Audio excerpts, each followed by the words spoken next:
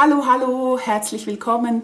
Ich bin die Leseratte und freue mich, dass du heute meinen Kanal eingeschaltet hast.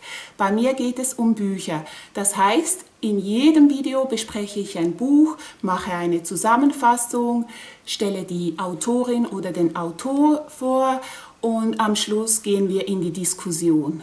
Das heißt,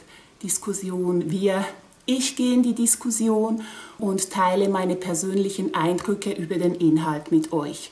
Fast wie bei einem Buchclub, nur dass ich hier das einzige Mitglied bin, das spricht und dann einfach das Video auf YouTube hochlade. Heute habe ich ein Buch von Julia Dippel dabei, das heißt Kassadim. All your dreams come true, all your dreams. All your dreams come true, if you only want to. Es ist 2019 im Planet Verlag erschienen und ist eine Romantasy-Serie und Kassadim ist der erste Band einer Trilogie. Die Lesezeit beträgt rund 10 Stunden, aber auch da wieder, es handelt sich um eine Richtzeit. Ich weiß nicht, ich stoppe natürlich nicht jedes Mal, wie lange ich da am Lesen bin, aber so ungefähr 10 Stunden würde ich schätzen. Ich denke, das Buch ist geeignet für Mädchen ab 13 und als Vergleichstitel würde ich die Mächte der Moira von Zoraida Cordova oder Das Erbe der Macht von Andreas Suchanek oder Suchanek, egal, von ihm aufführen. Dann möchte ich jetzt gerne weitergehen und zwar möchte ich euch die Autorin gerne vorstellen. Die Autorin heißt Julia Dippel, sie kommt aus Deutschland und ist 1984 in München geboren. Nach dem Abitur hat sie Veranstaltungsmanagement studiert, dazu auch Regieassistenzen gemacht. Und darüber ist sie zur freischaffenden Regisseurin für Theater und Musiktheater geworden. Sie gibt seit über 10 Jahren Kindern und Jugendlichen Unterricht in dramatischem Gestalten. Seit rund 2017 ist sie auch Autorin. Zum Beispiel hat sie mit der Isara-Reihe begonnen zu schreiben und das ist eine Urban Fantasy Geschichte. Und jetzt eben auch die Kassadim-Trilogie. Julia Dippel ist auch sehr kreativ, was man schon in ihren Büchern merkt, aber sie zeichnet auch gerne. Zum Beispiel hat sie die Karte von Kassadim hier zu Beginn der Geschichte, damit man da ein bisschen eine Übersicht hat, hat sie selbst gezeichnet. Heute macht sie beides. Sie ist Regisseurin und Autorin und bringt das alles unter einen Hut. Chapeau! Ah ja, und fast hätte ich es noch vergessen. Schaut euch mal das Coverbild an. Mir hat das sehr gefallen und ich muss zugeben, ich bin da in der Buchhandlung einfach ein bisschen rumgestreunt und habe das dann auf der Auflage stehen sehen und das Buch einfach, ohne dass ich überhaupt den Kurzinhalt gelesen habe, einfach gekauft, rein, weil ich fand, es ist so edel gemacht mit dem Gold hier und auch die braune Farbe finde ich sehr, sehr edel. Da sieht man, manche Leute kaufen die Bücher einfach auch nur aufgrund des Titels und ich mache das noch gerne, wenn ich nur das Coverbild sehe und lasse mich dann überraschen und gucke, passt das Cover zum Inhalt. Meistens ist das so. Wurde aber auch schon überrascht. Gut, dann gehen wir jetzt weiter, sonst es ist ja ein sehr dickes Buch. Es hat um die 530 Seiten, also ist jetzt schon ein bisschen ein Schmöker und sonst kommen wir nie zum Ende. Das wird ein langes Video. Zur Zusammenfassung.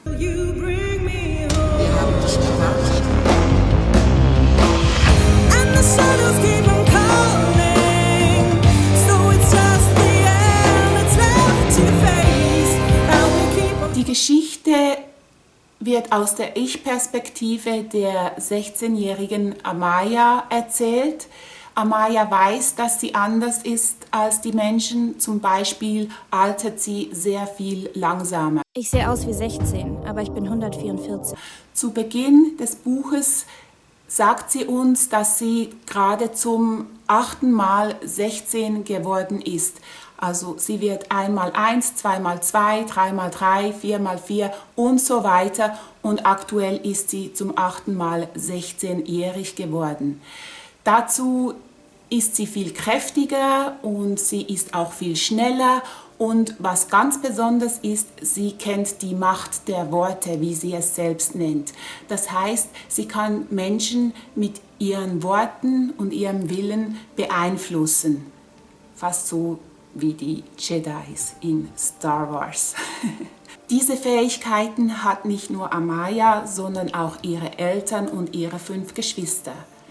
Natürlich wundert sich Amaya, warum das so ist und möchte hinter dieses Geheimnis kommen, was mit ihr ist, woher sie kommt und versucht das herauszufinden.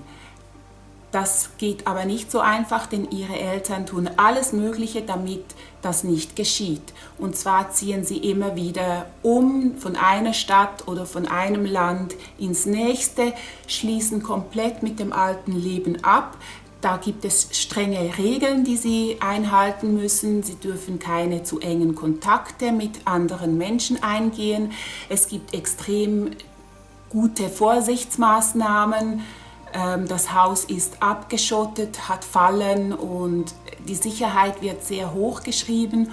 Und die Eltern kontrollieren ihre Kinder auch mit der Macht der Worte. Das heißt, sie zwingen ihnen auch ihre Gedanken auf.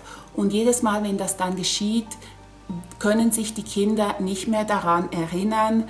Dies gelingt den Eltern aber nur bei Amayas Geschwistern. Was übrigens auch noch zu erwähnen ist, diese 5 Geschwister oder eben Amaya, es sind ja 6 Kinder, ähneln sich überhaupt nicht. Jedes sieht völlig anders aus. Das findet Amaya auch ein bisschen seltsam. Und wie gesagt, bei Amaya gelingt den Eltern diese Gedankenkontrolle nicht. Sie hat sich eine Strategie zurechtgelegt, wie sie dieser Gedankenkontrolle entgehen kann.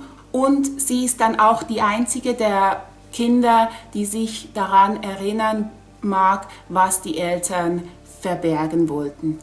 Doch leider so schnell geht das nicht, bis dann eines Tages ihre Brüder einen gefährlichen und mysteriösen Gefangenen nach Hause bringen. Der wird dann im Keller unten gefangen gehalten und befragt. Und das macht dann auch Amaya. Sie befragt ihn dann heimlich, um mehr über sich und ihre Herkunft zu erfahren. Denn sie weiß, dieser Mann, das ist Noah, der ist auch wie sie selbst. Bevor sie aber das herausfinden kann, wird die Familie überfallen, ihre Eltern werden getötet und plötzlich ist da nur noch Noah, die letzte Hoffnung der Geschwister.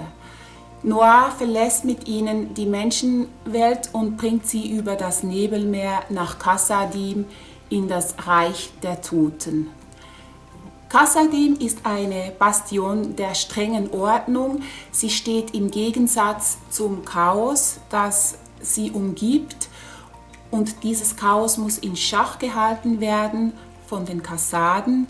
Sonst verschlingt das Chaos die Welt und alles, was sich darin befindet.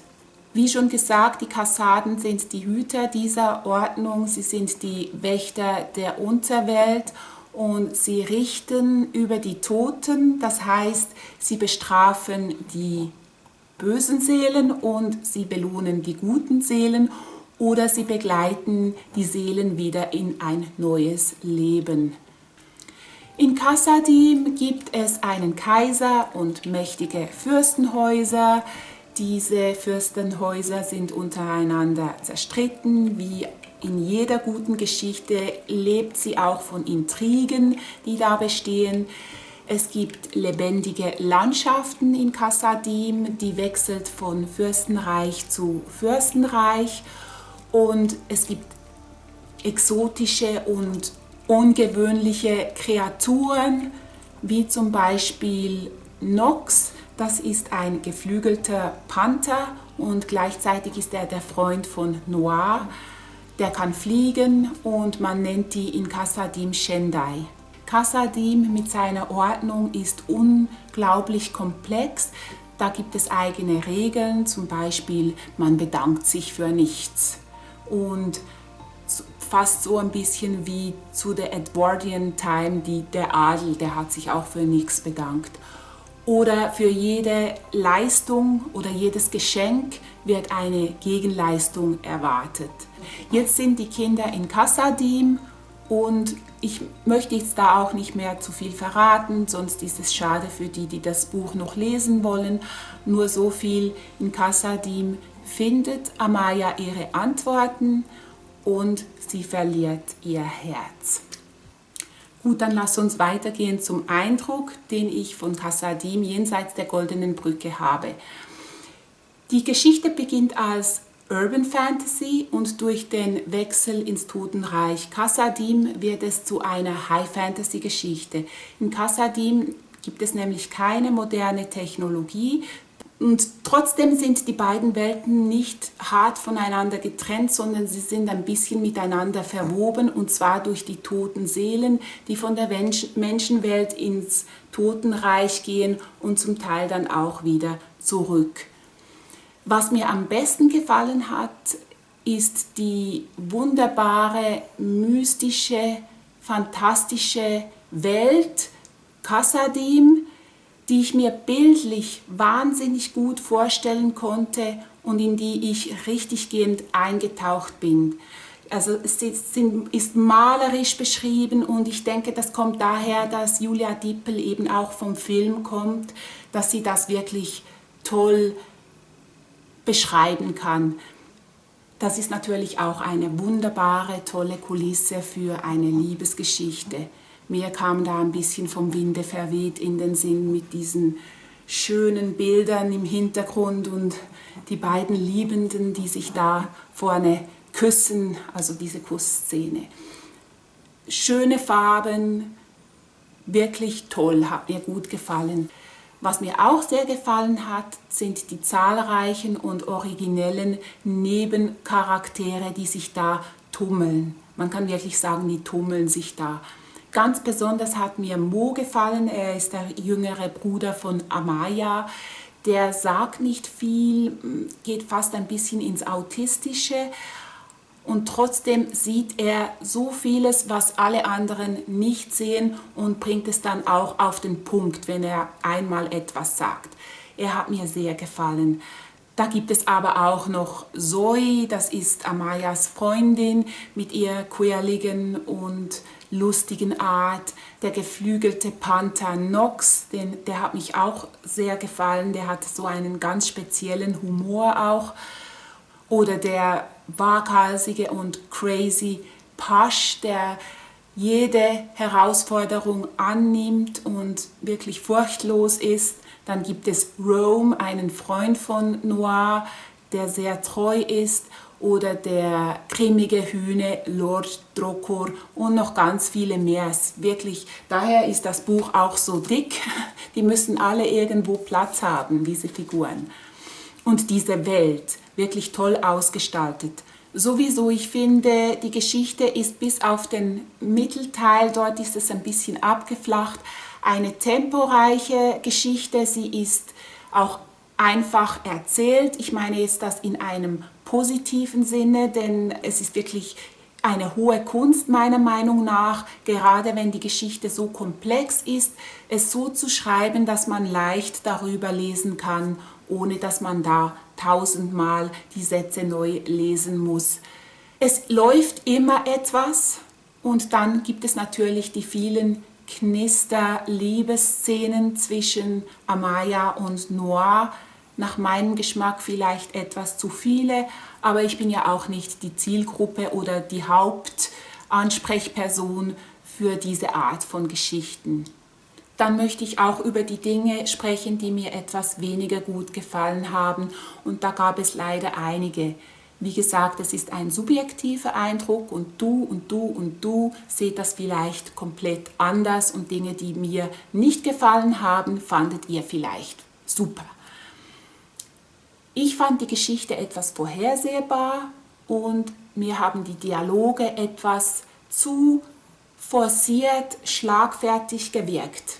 Wisst ihr, ich hatte so fast ein bisschen wie das Gefühl, die Autorin saß zu Hause und hat sich überlegt, wie kann ich jetzt einen schlagfertigen Wortabtausch kreieren. Und so haben die ein bisschen künstlich auf mich gewirkt und das Ganze hat sich dann leider auch auf die Liebesgeschichte zwischen Amaya und Noir übertragen. Und ich fand auch die Darstellung von Noir sehr klischeehaft als Bad Boy. Das hat mich ein bisschen gestört, muss ich sagen. Und dann kam das dazu mit dem langsamen Altern, also das 1x1, 2x2. Ich weiß nicht, wozu das dienen sollte oder was das zur Story beitragen soll. Vielleicht wird das dann in den folgenden Bändern noch erklärt. Aber mich hat es ein bisschen verwirrt, weil es wurde dann auch nicht irgendwie aufgelöst, warum das so ist. Und wenn wir schon gerade bei dem langsamen Altern sind, fand ich, dass Amaya für ihre 128 Jahre sich ziemlich naiv verhalten hat und auch zum Teil unbeholfen. Ich fand nicht, dass sie sehr willensstark war.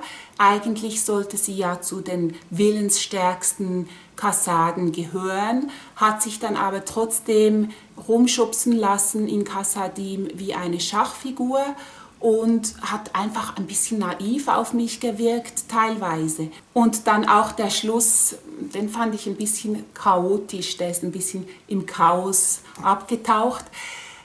Und warum darf niemand wissen, dass Noir Amaya liebt? Noir ist ja der Fürst der Schattenfeste oder der Prinz der Schattenfeste. Warum darf jetzt da niemand wissen, dass er Amaya liebt? Warum wird eine so Maskerade betrieben? Selbst wenn die beiden Liebenden unter sich sind, verhält er sich abweisend. Das habe ich nicht so ganz verstanden, teilweise sogar ein bisschen grob. Was mir die Figur Noir nicht gerade sympathischer gemacht hat. Und dann auch Amayas Geschwister, ich fand die seltsam oberflächlich und fade beschrieben. Man lernt die gar nicht richtig kennen und so ist es dann halt auch so, dass ich mit denen am Ende der Geschichte nicht so richtig mitgefiebert und mitgelitten habe, wie das vielleicht sein sollte. Anyway, vielleicht wird das ja noch in Band 2 und 3 genauer beschrieben, was das so alles auf sich hat. Who knows? Ich habe Band 2 und 3 noch nicht gelesen, was vielleicht auch daran liegt, dass mich jetzt die Geschichte nicht wahnsinnig gefesselt hat. Und es ist ja wirklich ein dickes Buch und ich habe im Moment einfach keine Lust auf dicke Bücher. Dann kommen wir zum Fazit.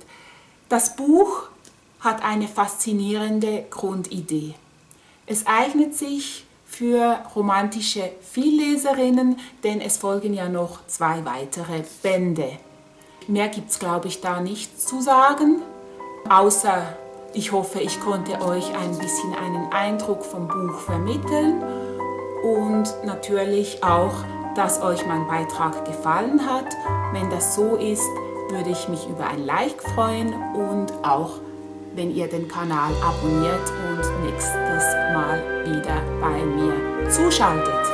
Bis dahin wünsche ich euch eine tolle Zeit und tschüss.